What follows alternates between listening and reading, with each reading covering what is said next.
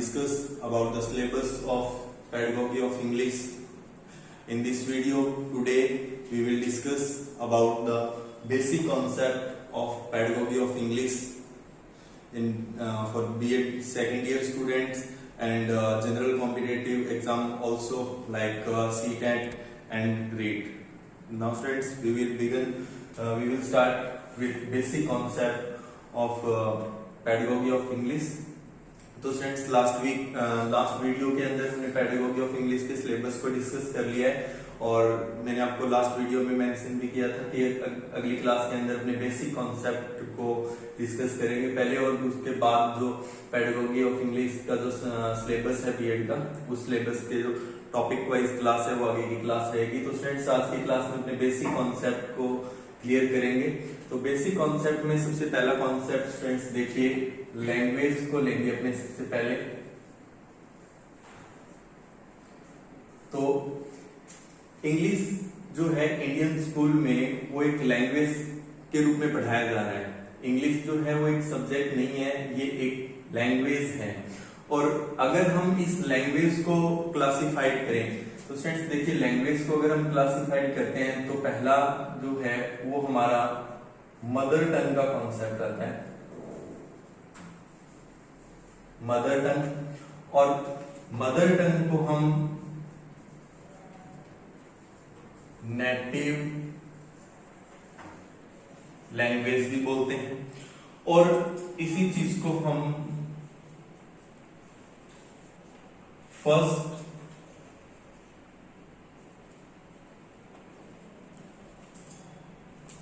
Language भी बोलेंगे। दूसरे नंबर पे English as a second language. Number third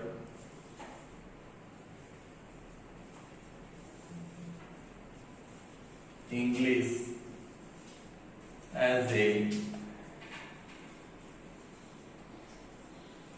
foreign language। तो स्टूडेंट्स देखिए, लैंग्वेज का जो कॉन्सेप्ट है इसमें लैंग्वेज में नंबर फर्स्ट में हमने मदर टंग लिया है। इंडियन एजुकेशन के अंदर इंग्लिश जो है वो हमारा मदर टंग नहीं है। जो मदर टंग है उसको हम नेटिव लैंग्वेज भी बोल सकते हैं और उसको हम फर्स्ट लैंग्वेज भी बोल सकते हैं। As you know students, first language जो है हमारा वो इंडियन एजुकेशन में हिंदी रहता है और इंडियन सर्कमस्टांसेस में हम हिंदी को फर्स्ट लैंग्वेज एडॉप्ट कर चुके हैं। तो इंग्लिश जो है वो सेकंड लैंग्वेज के रूप में हम इंडियन एजुकेशन में इसको पढ़ रहे हैं। तो इसको सिलेबस में मैंने आपको बताया भी था, शॉर्टकट में एक टर्म आया था ESL। ESL mean English as a second language. तो keep in your mind first of all कि इंग्लिश लैंग्वेज जो है हम इसको एजुकेशन में एज ए सेकेंड लैंग्वेज के रूप में पढ़ रहे हैं और इसी चीज को हम फॉरेन लैंग्वेज भी बोल सकते हैं। तो English as a foreign language, इसको हम शॉर्टकट में EFL बोलेंगे students, English as a foreign language. तो इंग्लिश जो है हम इंडियन एजुकेशन में एज ए सेकेंड लैंग्वेज पढ़ रहे हैं और इसको इंग्लिश को हम एज ए फॉरेन लैंग्वेज के रूप में पढ़ रहे हैं। और mother tongue, native language, first language, ये इंडियन एजुकेशन में इंग्लिश को हमने मदर टंग में, नेटिव लैंग्वेज में, फर्स्ट लैंग्वेज में न लेकर सेकेंड लैंग्वेज के रूप में और फॉरेन लैंग्वेज के रूप में हम इंडियन एजुकेशन के अंदर स्कूल्स में हम स्टडी कराते हैं इंग्लिश को, तो वो सेकेंड लैंग्वेज रहेगा और फॉरेन लैंग्वेज रहेगा। कई बार जनरल कॉम्पिटिटिव एग्जाम में, रीट में, सीटेट में जो क्वेश्चन आता है या आपके बीएड में फाइनल एग्जाम के अंदर जो क्वेश्चन का स्टेटमेंट रहता है उसमें English as a second language बार बार आएगा, English as a foreign language आएगा। तो अगर वो English as a second language कह रहे हैं और English as a foreign language कह रहे हैं तो आप इसको एक ही चीज समझ के क्वेश्चन को अटेम्प्ट करेंगे स्टूडेंट्स। ये लैंग्वेज का कॉन्सेप्ट था और लैंग्वेज के कॉन्सेप्ट के बाद नेक्स्ट अपने लैंग्वेज की स्किल्स के ऊपर बात करेंगे स्टूडेंट्स। तो देखिए, हर एक भाषा के अंदर जो स्किल्स होते हैं वो 4 स्किल होते हैं। As you know there are 4 skills in a language. So English has also 4 skill. English के 4 स्किल कौन कौन से हैं friends? First of all listening,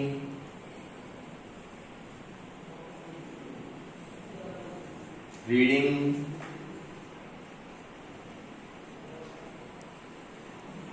speaking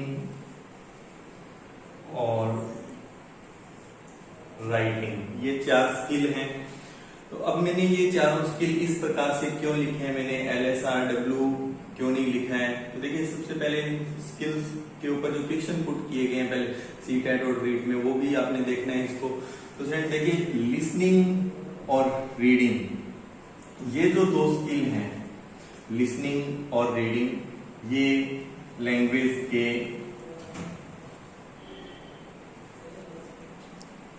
passive skill की कैटेगरी में रहता है। लिसनिंग को और रीडिंग को हम पैसिव स्किल बोलेंगे। पैसिव स्किल के साथ इसको हम रिसेप्टिव स्किल भी बोल सकते हैं। तो लिसनिंग और रीडिंग ये दोनों स्किल कौन सी कैटेगरी में रहते हैं? पैसिव स्किल की कैटेगरी में और रिसेप्टिव स्किल की कैटेगरी में रहते हैं स्टूडेंट्स। और जो स्पीकिंग और राइटिंग है हमारा, स्पीकिंग और राइटिंग ये दोनों एक्टिव स्किल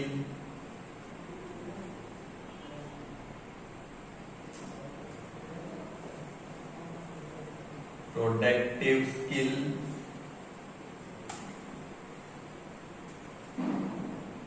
और लास्ट क्रिएटिव स्किल्स।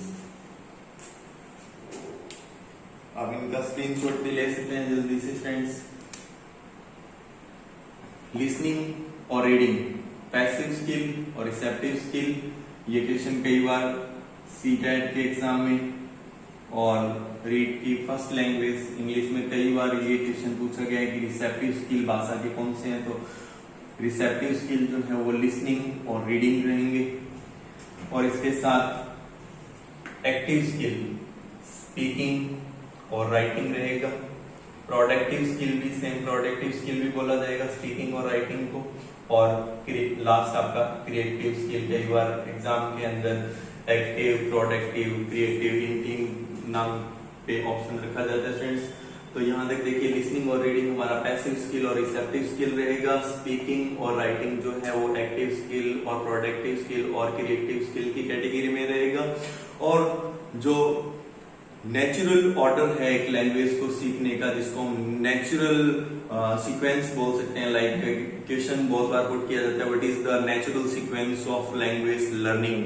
तो अगर क्वेश्चन नेचुरल लैंग्वेज लर्निंग के ऊपर सीक्वेंस के ऊपर पूछा जा रहा है, देन फ्रेंड्स आपने ये याद रखना है कि वो नेचुरल सीक्वेंस जो है भाषा का,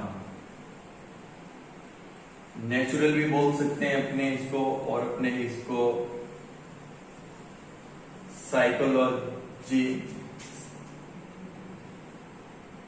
साइकोलॉजिकल भी बोल सकते हैं सीक्वेंस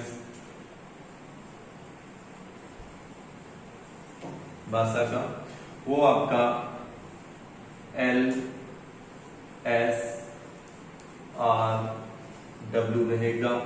L से आपका लिसनिंग, देन लिसनिंग से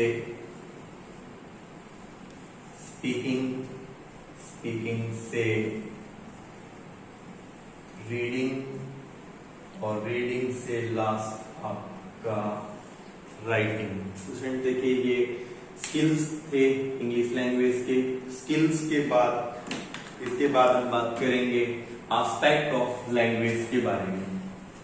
तो देखिए फ्रेंड्स जिस प्रकार से हमने स्किल को किया वैसे ही भाषा में एस्पेक्ट है।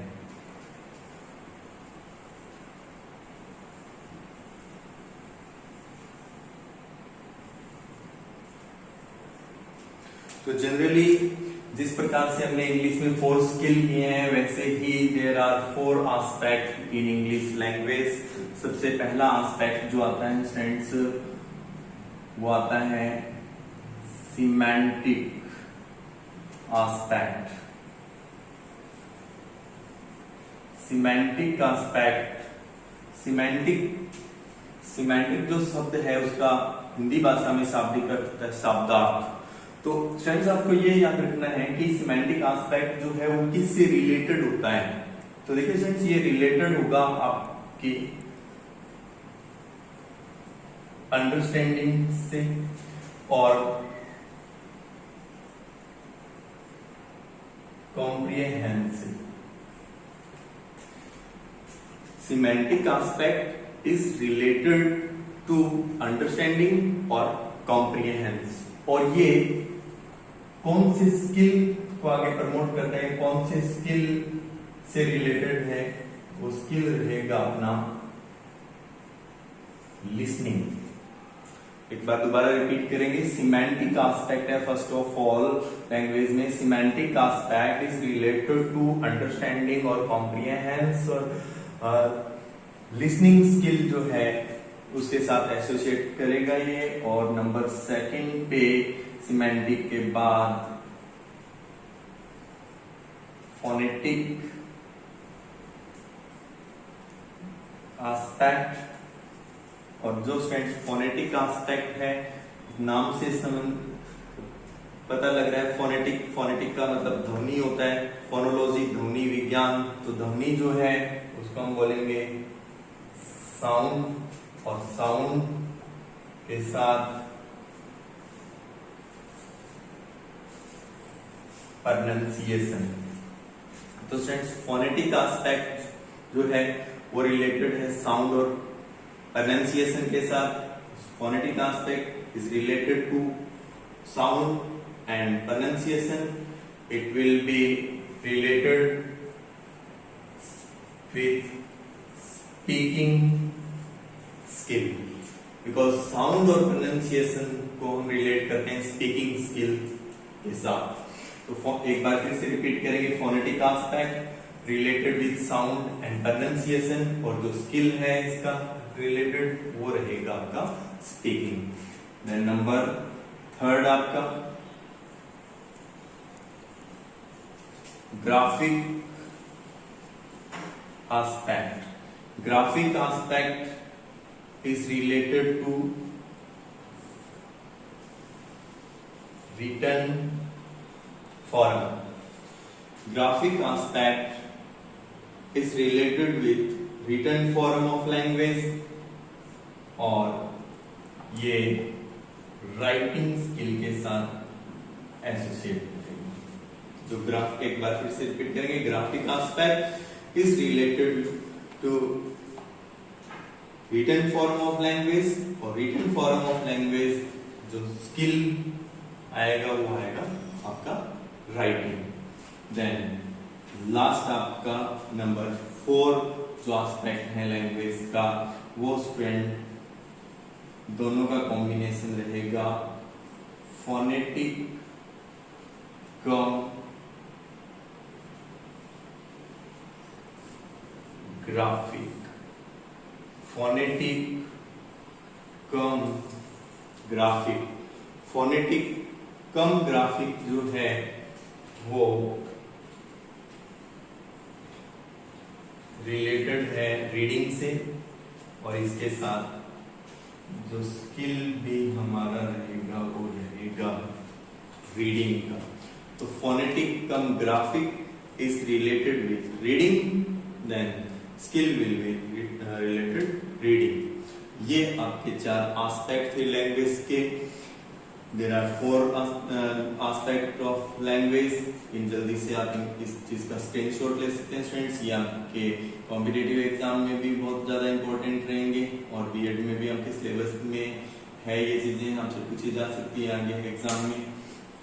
और देन इसके बाद स्टूडेंट्स नेक्स्ट आगे हम लैंग्वेज टीचिंग के जो मैक्सिम है, इंग्लिश लैंग्वेज टीचिंग के मैक्सिम के बारे में बात करेंगे।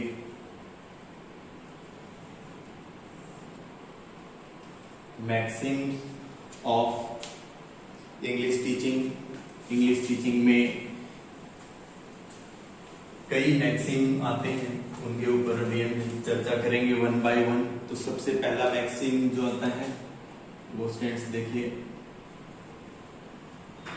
Known to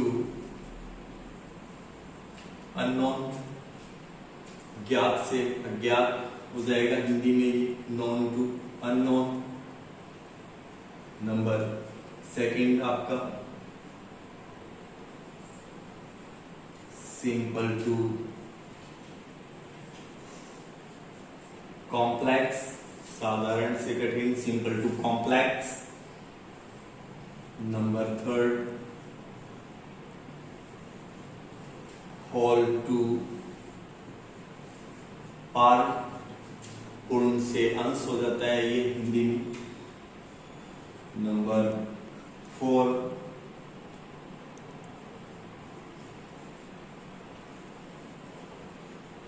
particular to general, विशेष से सामान्य। नंबर फिफ्थ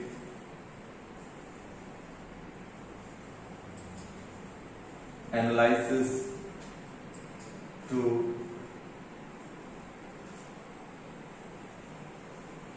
सिंथेसिस, विश्लेषण से संश्लेषण हो जाएगा ये एक प्रकार से। Number six